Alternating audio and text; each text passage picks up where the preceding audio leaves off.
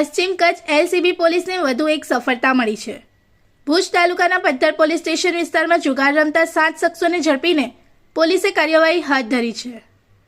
મળતી માહિતી મુજબ એલસીબી ટીમને ચોક્કસ બાતમી મળી હતી કે લાખોદ ગામ નજીક આવેલા ચેકડેમ પાસે કેટલાક ઈસમો જુગાર રમી રહ્યા છે। આ બાતમીના આધારે એલસીબીની ટીમે સ્થળ પર દરોડો પાડી કાર્યવાહી કરી હતી। દરોડા દરમિયાન પોલીસે 7 શખ્સોને જુગાર રમતા રંગે હાથ ઝડપી પાડ્યા હતા। આરોપીઓ પાસેથી રોકડ રકમ, મોબાઈલ ફોન તેમજ વાહન સહિત અંદાજે 7,27,000 રૂપિયાનો મુદ્દામાલ કબજે કરવામાં આવ્યો છે।